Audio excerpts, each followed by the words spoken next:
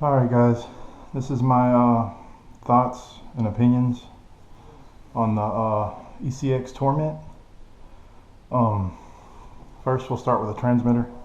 Comes with a Spectrum DX2E. Make sure you can see that there. Steering trim, throttle trim, and steering rate. And here's a power switch, bind button, and reverse switches. This is a really good transmitter. Feels really good in the hand. Only thing I wish is that they might have put some foam here on the wheel. Made it a little bit better, but other than that, it's a really good transmitter. I like it a lot. The range is good, and it's Spectrum, so you can't go wrong there. The truck, as far as the truck, I really like it a lot. I like the design of it, the way it looks. Let's get here on the inside here. Pretty basic. It's two-wheel drive, brush motor. The ESC, you can use lipos on it. I use a 2S Venom 5000 milliamp in this truck, and it runs great. Some people don't like the fact that the truck comes with Phillips head screws throughout, and I really don't have a problem with it. I think if they did that just because it's geared, for more of the beginner, and I really don't have an issue with it so far. And some people have said that the screws do tend to back out. I haven't had that issue yet. One thing I don't like is the tires. The compound's kind of hard, and there's no foam inserts. And because the tire compound is so hard on smooth surfaces like pavement or driving on the street, it does tend to skid out when you're making sharp turns. So it will skid out, and I think that's due to the hard rubber compound on the tires. So I will be changing those out eventually. See, what else can I say about this truck? It's very durable. I flipped it a few times.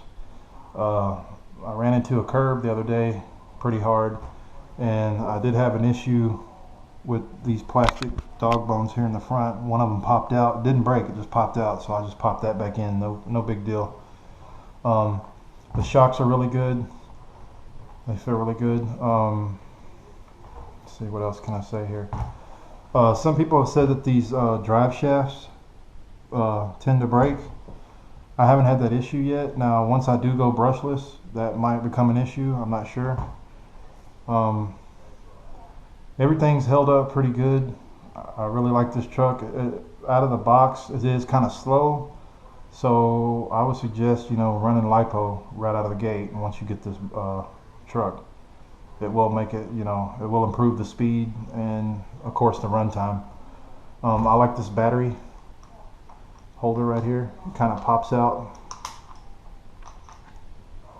and I like it a lot because you don't have to worry about, putting those little clips in there to hold the battery in, and it works well. I haven't had it come out or snap out or anything. And you just put it in there, and then you just turn these, and that locks the battery into place. Let's see, what else can I say? I like the scale look of it. The mud flaps give it a real scale look. Some people say they've had an issue with the servo here.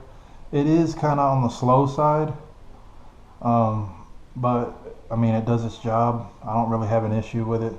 It does tend to lean into turns, which is pretty cool. Gives it that scale look. Doesn't weigh much either. It's pretty light. And with the battery, it's maybe 3 or 4 pounds, maybe, if even that. Bumpers have held up real good. Like I said, I've had a few light crashes, nothing major. Haven't had anything break on it. And for the price point, you really can't go wrong. I mean, $169, ready to run. Comes with a nickel metal battery. I usually don't tend to use the stock batteries much. I mean, I go straight for the LiPo, so I suggest you do the same if you want to get everything you can out of the truck. Now, I will be going brushless, and this truck, I believe, is not brushless ready, meaning that you will have to change out some of these plastic gears here, and that's like a $20 upgrade, no big deal. It does have an adjustable slipper clutch, and trying to think of anything else I can say about it. Oh, the body posts are adjustable, and you probably will need to adjust this rear body post because I don't know if you can see here, but out of the box it's set kind of low, and the tires do kind of rub and turns on the underbelly of this body. And I might be doing a few modifications to this body too, maybe cutting some holes out here and here, and maybe some slits here in the front. I've seen people do that because when you're driving, when you're going really fast, it does tend to catch wind. You know, when you're going into the wind, it does catch wind, and it does act kind of like a parachute. So it's not really an issue right now, but I'm pretty sure once I go brushless and the speeds increase, it could become a problem. So I will be probably doing that little modification too. But out of the box, I really don't see much for upgrading. I mean, everything is well built with this truck. It is very, like I said, durable. If you're an advanced driver, I'm sure you're gonna want to go brushless. So overall, guys, this is a really nice truck. I like it a lot. I haven't had any issues out of it. It runs great. So that's just my little review on it, guys, and we'll talk to you later.